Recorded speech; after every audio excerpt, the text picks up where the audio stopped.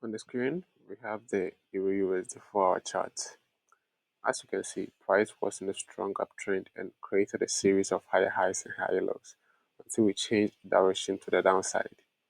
Starting from the bottom left side, as you can see, price created a bullish break of structure to the upside with this inefficiency candle. This means price broke through the weak last structural high, which was this one. So we have a strong low point right here.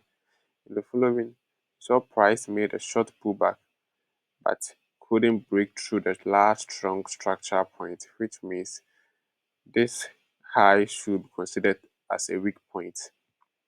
So price broke through this weak point, made a new break of structure.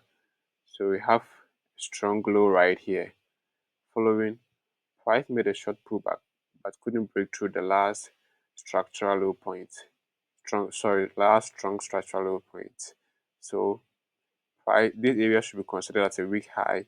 Price broke through this area, made a new break of structure. So we have a strong low here.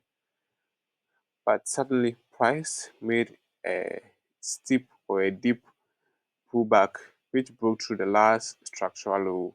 So we have a strong or extreme high point here. Price made a short pullback, but couldn't break through the last strong high. So we have a continuation here. Price broke through the last weak point. So we have a break of structure.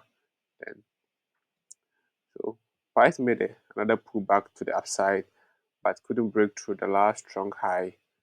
So this area should be considered as weak low. Price broke through this area. We have another strong high here. So price with this, we should be able to identify the weak and high or the weak and strong levels on the chart.